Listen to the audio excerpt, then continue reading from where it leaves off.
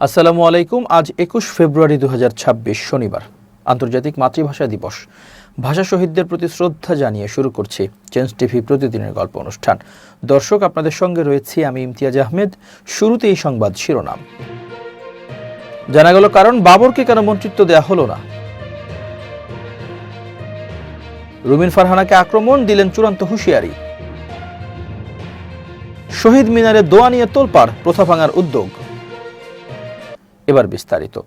সাবেক স্বরাষ্ট্র প্রতিমন্ত্রী লুৎফুজ্জামান বাবরকে কেন মন্ত্রিত্ব দেয়া হলো না, এ নিয়ে নেটিজেনরা নানা প্রশ্ন করছেন।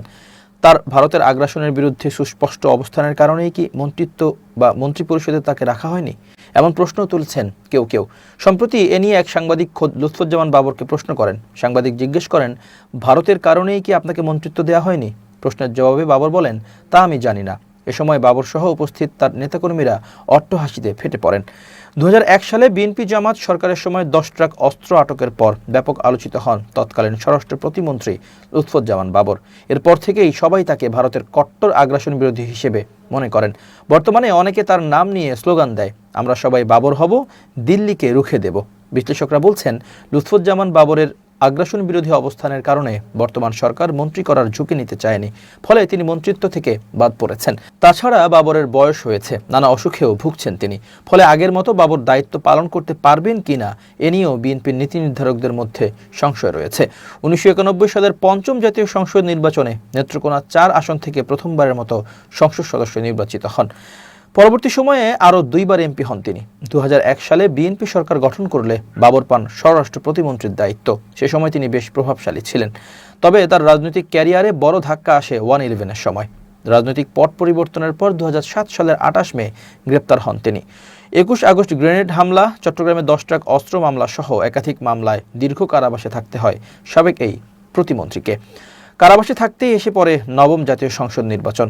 দলনিষ্ঠ লুৎফুজ্জামান বাবর তখন বন্দী থাকায় বিএনপি তার আসনে অন্য একজনকে মনোনয়ন দেয়। তবে তিনি কারাগারে থেকেই স্বতন্ত্র প্রার্থী হিসেবে নির্বাচনে অংশ নেন।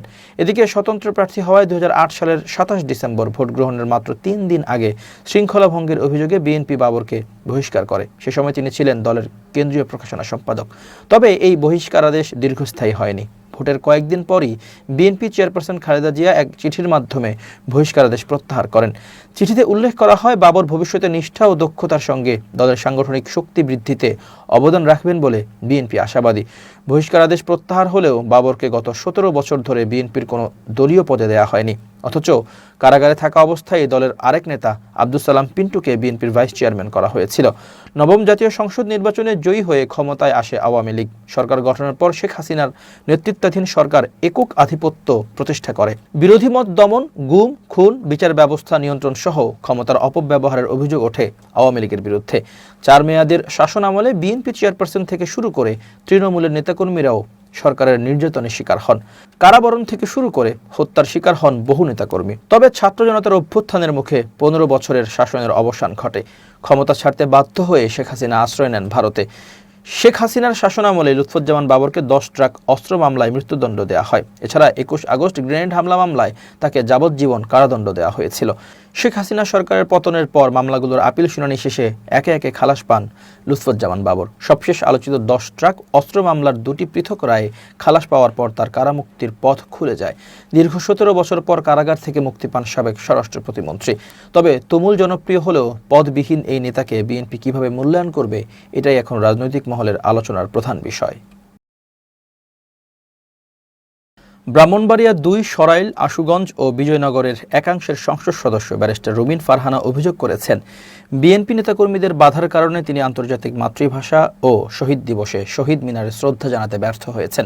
তিনি দাবি করেন, উত্তেজিত নেতাকর্মীরা তার আনা পুষ্পস্তবক ছিঁড়ে ফেলেছেন। এ ঘটনা ঘটে শুক্রবার দিবাগত রাত ১২টার দিকে সরাইল উপজেলার কেন্দ্রীয় শহীদ মিনার প্রাঙ্গণে। প্রত্যক্ষদর্শীরা জানান, রাত ১১:৩০টার দিকে রুমিন ফারহানা পুষ্পস্তবক নিয়ে শহীদ বেদির সামনে দাঁড়িয়েছিলেন। এ সময় বিএনপির সাবেক উপজেলা সাধারণ সম্পাদক আনোয়ার হোসেনের নেতৃত্বে কয়েকজন নেতাকর্মী এসে ভুয়া ভুয়া স্লোগান দিতে শুরু করেন। এরপর দুই পক্ষের মধ্যে উত্তেজনা সৃষ্টি হয়। এক পর্যায়ে বিএনপি নেতাকর্মীরা রুমিন ফারহানার আনা পুষ্পস্তবক ছিঁড়ে ফেলেন। ঘটনার পর পুলিশি হস্তক্ষেপে পরিস্থিতি নিয়ন্ত্রণে আসে। পুষ্পস্তবক অর্পণ করতে না পেরে রুমিন ফারহানা কর্মী সমর্থকদের সঙ্গে শহীদ মিনার এলাকা ত্যাগ করেন। রুমিন ফারহানা অভিযোগ করেন, ওয়ারেন্ট অব প্রেসিডেন্সি অনুযায়ী নির্বাচিত সংসদ সদস্য হিসেবে আমি সবার আগে ফুল দেব, কিন্তু দেখা গেল বিএনপির কিছু লোক রীতিমতো হামলা চালায় আমার নেতাকর্মীদের উপর। আমাকে ধাক্কা দিয়ে ফেলে দেওয়ার মতো অবস্থা তৈরি হয়। দীর্ঘ 17 বছর পর বিএনপি রাষ্ট্র পরিচালনায় এসেছে। তারা যদি স্থানীয় পর্যায়ে নিজেদের নেতাকর্মীদের নিয়ন্ত্রণ না করে এর পরিণতি ভয়াবহ হতে পারে। সরাইল উপজেলা নির্বাহী কর্মকর্তা মোহাম্মদ আবু বকর সরকার বলেন, আমরা রাত 12:01 উপজেলা প্রশাসনের পক্ষ থেকে শহীদ বেদিতে পুষ্পস্তবক অর্পণের মাধ্যমে শ্রদ্ধা নিবেদন করেছি। সংসদ সদস্য রুমিন ফারহানা ও বিভিন্ন রাজনৈতিক সংগঠনের নেতাকর্মীরাও শ্রদ্ধা জানাতে শহীদ মিনারে এসেছিলেন। ফুল দেওয়ার সময় কোনো অনাকাঙ্ক্ষিত ঘটনা ঘটলে পুলিশ তদন্ত করে প্রয়োজনীয় ব্যবস্থা নেবে। এ ঘটনায় স্থানীয় প্রশাসন ও পুলিশি উপস্থিতি পরিস্থিতি শিথিল করতে কার্যকর ভূমিকা রাখলেও রাজনৈতিক উত্তেজনা দেখা দেয়। রুমিন ফারহানা ও তার দলের নেতারা শহীদদের প্রতি শ্রদ্ধা নিবেদনের সময় বাধার শিকার হয়েছেন, যা কেন্দ্রীয় শহীদ মিনারের শৃঙ্খলা রক্ষায় প্রশাসনের দায়িত্বের উপরও প্রশ্ন তুলেছে। মহান শহীদ দিবস ও আন্তর্জাতিক মাতৃভাষা দিবসের প্রথম প্রহরে কেন্দ্রীয় শহীদ মিনারে প্রথাগত রীতির বাইরে গিয়ে বেদিতে দাঁড়িয়ে মোনাজাত করেছেন সরকার প্রধান ও বিরোধী দলীয় নেতা। এ ঘটনাকে ঘিরে সামাজিক যোগাযোগ মাধ্যম, বিশেষ করে ফেসবুকে ব্যাপক আলোচনা ও প্রশংসা দেখা গেছে। 21-এর প্রথম প্রহরে রাষ্ট্রপতি মোহাম্মদ শাহাবুদ্দিন শ্রদ্ধা নিবেদন শেষে শহীদ মিনার এলাকা ত্যাগ করার পরপরই সেখানে উপস্থিত হন প্রধানমন্ত্রী তারেক রহমান। শুরুতে তিনি একা শহীদ মিনারের মূল বেদিতে পুষ্পস্তবক অর্পণ করেন। শ্রদ্ধা নিবেদন শেষে তিনি বেদিতে দাঁড়িয়ে পশ্চিমমুখী হয়ে মোনাজাত করেন। বাংলাদেশের ইতিহাসে এর আগে কোনো সরকার প্রধানকে শহীদ মিনারের মূল বেদিতে দাঁড়িয়ে এভাবে মোনাজাত করতে দেখা যায়নি বলে সংশ্লিষ্টরা জানিয়েছেন। অতীতে রাষ্ট্রপতি ও প্রধানমন্ত্রী একসঙ্গে শ্রদ্ধা নিবেদন করতেন। তারেক রহমানের আগে অন্তর্বর্তী সরকারের প্রধান উপদেষ্টা ডক্টর মোহাম্মদ ইউনূসকে একা শহীদদের প্রতি শ্রদ্ধা জানাতে দেখা গেলেও বেদিতে দাঁড়িয়ে দোয়ার নজির ছিল না। প্রধানমন্ত্রীর পর শ্রদ্ধা নিবেদন করেন জাতীয় সংসদের বিরোধী দলীয় নেতা ও বাংলাদেশ জামাত ইসলামের আমির ডক্টর শফিকুর রহমান। দলটির কোনো শীর্ষ নেতার কেন্দ্রীয় শহীদ মিনারের সশরীরে উপস্থিত হয়ে শ্রদ্ধা নিবেদনের ঘটনা এটিই প্রথম বলে জানা গেছে। বিরোধী দলীয় নেতা হিসেবে পুষ্পস্তবক অর্পণের পর ডক্টর শফিকুর রহমান, বিরোধী দলীয় হুইপ ও এনসিপির আহ্বায়ক নাহিদ ইসলাম এবং জামাত ও এনসিপির সংসদ সদস্যরা বেদিতে দাঁড়িয়ে সম্মিলিতভাবে দোয়া ও মোনাজাতে অংশ নেন। ফেসবুকে অনেকেই একে প্রথা ভাঙার সাহসী উদ্যোগ হিসেবে উল্লেখ করেছেন। তাদের মতে ভাষা শহীদদের প্রতি শ্রদ্ধা জানাতে রাজনৈতিক বিভাজনের ঊর্ধ্বে উঠে একই স্থানে দোয়া করা সাম্প্রতিক রাজনৈতিক সংস্কৃতিতে একটি নতুন বার্তা দিয়েছে। আবার কেউ কেউ একে ঐতিহাসিক মুহূর্ত বলেও আখ্যা দিয়েছেন, কারণ এর আগে কোনো সরকার বা বিরোধী দলীয় শীর্ষ নেতৃত্বকে এভাবে শহীদ মিনারের বেদিতে দাঁড়িয়ে মোনাজাত করতে দেখা যায়নি। প্রথম প্রহরের এ ব্যতিক্রমী দৃশ্য তাই আনুষ্ঠানিকতার গণ্ডি ছাড়িয়ে সামাজিক যোগাযোগ মাধ্যমে বিশেষ আলোচনার জন্ম দিয়েছে।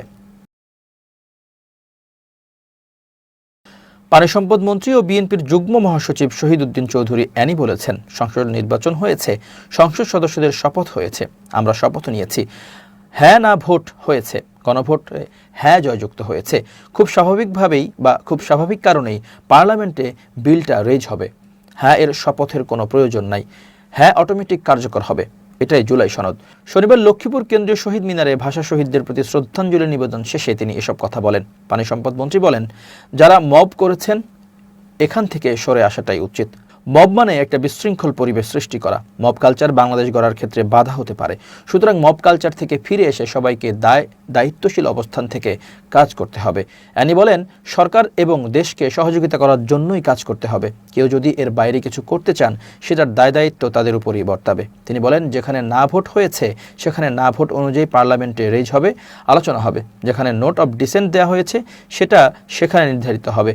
এ ব্যাপারে যারা আইনবিদ রয়েছেন তারা সুন্দরভাবে ব্যাখ্যা দিয়েছেন, জানা দরকার, সুন্দরভাবে বলা দরকার। তিনি আরও বলেন, সরকারকে কিভাবে সহযোগিতা করতে পারেন, দেশটাকে কিভাবে আন্তরিকতার মধ্য দিয়ে এগিয়ে নেবেন সেই বিষয়ে কথা বলা দরকার। মত পথ ভিন্ন থাকতে পারে, সব ইস্যুতে বিরোধিতা করতে হবে এমন অবস্থান থেকে পিছিয়ে এসে আমার মনে হয় দেশটা গড়ার জন্য সবাইকে আন্তরিকতার সঙ্গে কাজে মনোযোগী হওয়া দরকার। 21-এর প্রথম প্রহরে কেন্দ্রীয় শহীদ মিনারে শ্রদ্ধা নিবেদন করতে গিয়ে বাধার মুখে পড়েছেন জাতীয় পার্টির নেতাকর্মীরা। শুক্রবার রাতে এ ঘটনা ঘটে। পরে স্লোগানের মুখে ফুল ও ব্যানার রেখেই শহীদ মিনার এলাকা ত্যাগ করেন জাপা নেতাকর্মীরা। প্রত্যক্ষদর্শীরা জানায়, রাত 2টার দিকে জাতীয় নাগরিক পার্টির মহানগর ইউনিটের পেছন ব্যানার ও ফুলের তোড়া হাতে শহীদ মিনারে ঢুকছিলেন জাপার কয়েকজন নেতাকর্মী। এনসিপির দলটি পুষ্পস্তবক অর্পণের পর জাপার ব্যানার দেখে ভুয়া ভুয়া স্লোগান দিতে শুরু করেন। পরে ফুল ও ব্যানার রেখেই শহীদ মিনার এলাকা ত্যাগ করেন জাপা নেতাকর্মীরা। দর্শক, এবার খুব জরুরি 1 মিনিট জানাচ্ছেন আমিরুল মোমিনিন মানিক। খুব জরুরি 1 মিনিটে প্রত্যেককে আমন্ত্রণ। প্রিয় বন্ধুরা, আমরা যারা নিরন্তরভাবে কাজ করে যাই তাদের মস্তিষ্ককে সতেজ এবং সচল রাখবার জন্যে বিশেষ সতর্কতা বা বিশেষ তদারকি করতে হয়। এখন মস্তিষ্ককে সতেজ এবং কর্মক্ষম রাখবার জন্যে চিকিৎসকরা বেশ কিছু খাবারের পরামর্শ দেন। সেই খাবারগুলো কি? আমি ধারাবাহিকভাবে নাম বলছি। ডার্ক চকলেট, আখরোট, বাদাম, টমেটো, দুধ জাতীয় খাবার, স্যামন বা সামুদ্রিক মাছ।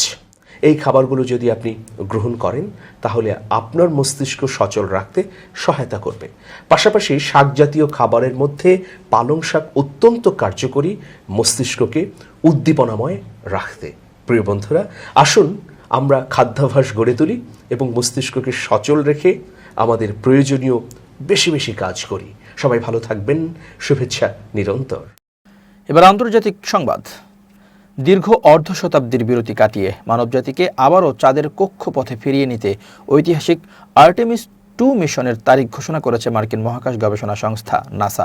সংস্থাটি জানিয়েছে যে আগামী 6 মার্চ ফ্লোরিডার কেনেডি স্পেস সেন্টার থেকে বিশালাকৃতির রকেট উৎক্ষেপণের মধ্য দিয়ে এই রোমাঞ্চকর অভিযানের সূচনা হবে। এই মিশনে 4 জন মহাকাশচারী চন্দ্রযানে করে চাঁদের চারপাশে ঘুরে তথ্য সংগ্রহ করবেন এবং অত্যন্ত কাছ থেকে চাঁদকে পর্যবেক্ষণ করবেন।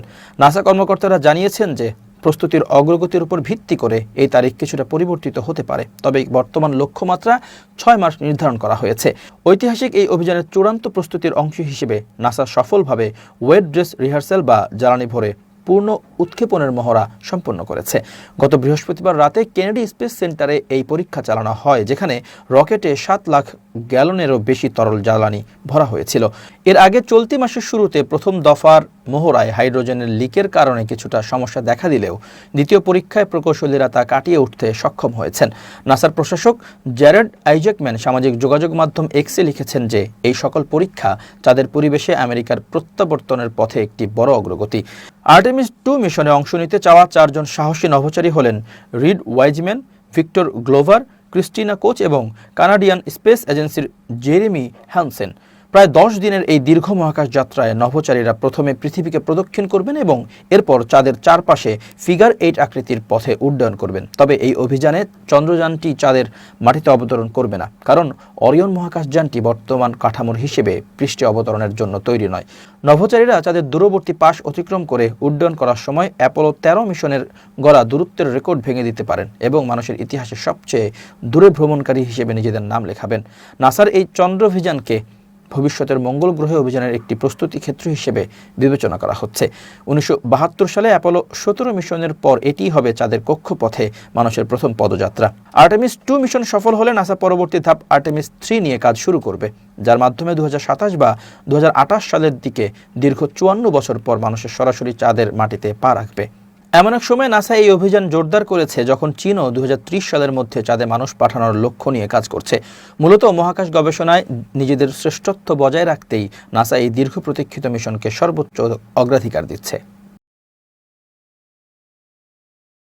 প্রিয় দর্শক, শেষ করছি চেঞ্জ টিভির প্রতিদিনের গল্প অনুষ্ঠান। changetv.press বাংলাদেশের ইউটিউব জার্নালিজমের অগ্রদূত। ভিজিট করুন এর ওয়েবসাইট www.changetv.press, youtube.com/changetvpress এবং সাবস্ক্রাইব করুন চ্যানেলটি। নিয়মিত লাইক, কমেন্ট ও শেয়ার করে আপডেট রাখুন নিজেকে। ভালো থাকুন, নিরাপদে থাকুন। শুভেচ্ছা নিরন্তর। changetv.press, এক ফোঁটা হলুদও নেই।